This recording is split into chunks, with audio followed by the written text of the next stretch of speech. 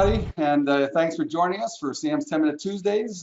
Today's topic is Win the Day, Win the Year, that my good friend Joe Templin decided that was the perfect one for this time of year to talk about. So, but remember, once again, sales is an activity game, and certainly introductions is one of the best ways to win that game every day. So, Joe, let's talk about Win the Day, Win the Year. What made you think of that title? That's how I approach my business in every way. And actually, it goes well beyond that. It's how I work with my kids and how I look at my athletic training too. The day gets so busy. We get so involved. There's so many calls, fires pop up constantly, it seems, that the further you get into the day or whatever time cycle you're looking at, week, month, year, there's more chaos. And there's less chance to catch up. And so if you have a big goal, whether it's make MDRT, hit top of the table, to run a marathon, to lose 30 pounds, getting ready for your college reunion, what have you, you can't do it all at once. Writing a book is a big deal. You can't sit down and write 300 pages in a weekend, but you can write one page every day for an entire year. You can't write $1 million of premium in one sitting for the vast majority of people, but you can sit down and write 1,000 to 2,000 of premium today.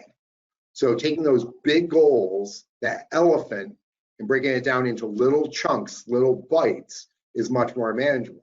So thinking about writing my next book, it's like, oh God, how am I going to do this? But writing today, I can write today and do what I need to do. So win the day, win the year is the approach that I'm taking with it. I don't care what I did yesterday. I don't care about what's going to happen tomorrow if I've done the right things to set tomorrow up. I care about what can I do right now, today, this meeting, to win it. So if I have a daily goal of getting 4 introductions, guess what? I'm trying to get those 4 before lunchtime.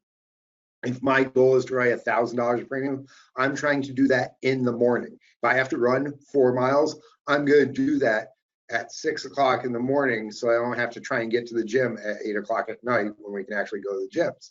Okay, I'm going to try and win the day early. I want to win the morning so I win that cycle, because if I get my 4 introductions by lunch, the entire afternoon, I'm in the bonus round. Anything I get beyond that is just extra. It moves me further along towards hitting my goals. And from a psychology point of view, once you've already accomplished your goal, and it doesn't matter, you're playing with house money in terms of gambling, you are literally in a position where you can achieve flow, and it's just that much easier. And you look back at the end of the day and you're like, wow, I won the morning and I dominated the afternoon simply because I didn't care, because I was totally stress-free about it. So as opposed to, oh geez, it's 4:30, I gotta go pick up the kids at 5, I haven't gotten my 5 appointments on the phone or my 3 introductions or whatever my goal is, and I'm time crunched, all of a sudden I'm tight and it's crazy, it's like, oh, no. Do it early and don't worry. That's why I tell my kids, do their chores Saturday morning, and then they have the entire rest of the weekend to do whatever they want. Well, Joey, that's why we're such kindred spirits, because you remind me of so many things just now. But the one tip I have is do what you must first. To your point, do what you must first.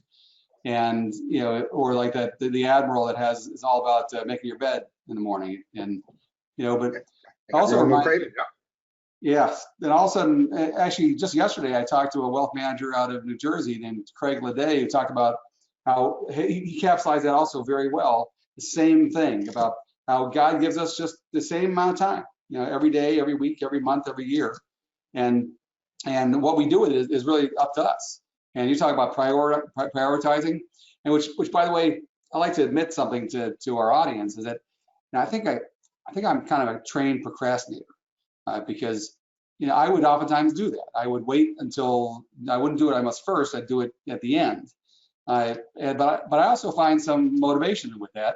As a matter of fact, so much so that this wasn't meant to be a pitch for my book, but I wrote a book called Big Goals, Short Deadlines, and that's kind of like both work, whatever gives you the motivation, but certainly the less stressful way of doing it is break it down in bite-sized pieces like you suggested. That's a great idea. And you're basically talking about there what's known as Parkinson's law, in that the time that you take for a task will always expand to fill the time given. So that's why every single college student is cramming the night before an exam. That's why every single project's being done the day before it's due. And so one of the things that we can do is we can harness this with our team, with our clients, with ourselves, and set these short deadlines so that we are forced into a position of action. So we have to achieve that, then move on next, and achieve, and it gives us smaller, consistent wins, which gives us the endorphin rush, but also means that there's time to be able to fix things if need be. If you're constantly operating on that 1 week cycle or 1 day cycle of have to do this, have to get this done, you're winning those little battles that ultimately is going to win the war of hitting $1 million round table, running the marathon, whatever it is. So that's why I try and win the morning, because if I win the morning, I'm then in a good position. You know, you're procrastinating to the last minute can work in some situations, Right. But if you make that last minute be 11:30 in the morning instead of 5:30 at night, guess what? All of a sudden you have a second last minute that you can work on to achieve a separate goal, or you can go and spend the afternoon doing something more fun, like, you know, going out with your significant other, playing with your kids, doing something of community service. By shortening the cycle, by winning the day, you win the week, year, whatever. Yeah, but the magic word, though, you said it, is deadlines. You know, you have to set a deadline, or was saying that set a date or you will procrastinate. There's a goal without a deadline is just a dream. Right, and a man without a goal, or a man or woman without a goal, is like a ship without a rudder. That's why it's so critical right now for us to do this special bonus podcast. It's a little out of order, but it makes total sense. This is the time of year to do it. Please, anybody listening to this podcast, determine what your goals are for the year. And as a professional golfer, or anybody serious in golfing and wants to get better, play your hole backwards. And which means, as Joe just mentioned, kind of like how do you eat an elephant? One bite at a time. So break it down into bite-sized pieces. But find out what your annual goal is for income as well as activities, and how many new clients you want to have. Well, based on new clients, you have to have closing interviews in order to get new clients. Well, based on what's your closing ratio, we'll tell you how many closing interviews you need to have. And from there is how many open interviews you have, right back to leads and referrals, which is something that we actually help people do mathematically with one of our products. But bottom line is, everybody play the hole backwards. Follow Joe's advice. Make sure you're getting, so you know what I want to accomplish, break down to your monthly goals, your weekly goal, and your daily goal. And like Joe said, set a goal, get it done by 12 o'clock. I remember my brother had to listen to a real estate producer speaker one time who said that I don't care if you want to make $25,000 a year, but for God's sakes, do it in January and take the rest of the year off. Yeah. What's that deadline? What's that deadline? So in the last minute we have, any other suggestions that you have, Joe, for our wonderful audience? Find that driver, that one thing that you need to achieve, whether it's picking up the phone X number of times, getting a certain number of introductions, what have you, so that I won today. Then you can win your year. And remember, sales is an activity-based game, and introductions help you win the game every single day.